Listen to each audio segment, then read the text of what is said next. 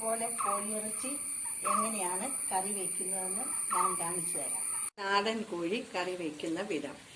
കടയിൽ നിന്നും വാങ്ങുന്ന കോഴി ചെറിയ കഷ്ണങ്ങളാക്കി അല്പം നല്ലവണ്ണം കഴുകിയെടുത്ത ശേഷം അല്പം ഉപ്പും മലപ്പൊടിയും ചേർത്ത് വേവിച്ചെടുക്കുക.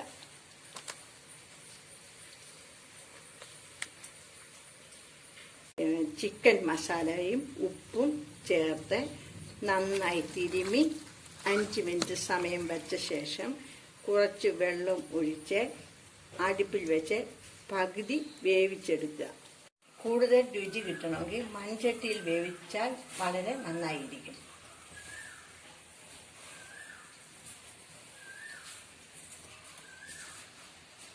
ആവശ്യമായ സാധനങ്ങൾ: കറിവേപ്പില, സവോള ചെറുതായി അരിഞ്ഞത്, ഇഞ്ചി അരിഞ്ഞത്, വെളുത്തുള്ളി, ഇവയെല്ലാം കൂടി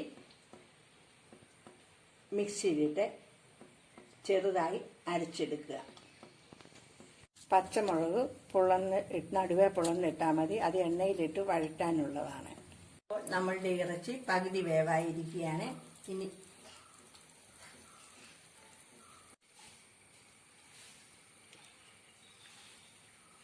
ഒഴിച്ച് കടുക് ഇട്ട് പൊട്ടിയ ശേഷം അരച്ചു വെച്ചിരിക്കുന്ന സാധനങ്ങളെല്ലാം കൂടി ഇട്ട് വഴറ്റുക.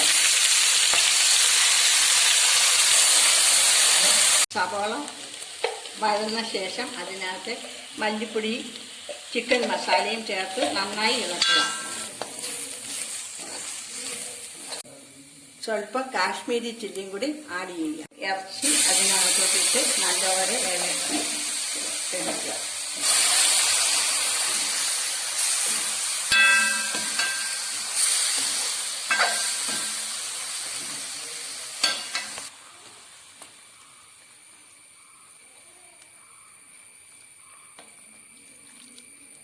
നല്ലവണ്ണം തിളച്ച ശേഷം വാങ്ങി വെച്ച് ഉപയോഗിക്കുക.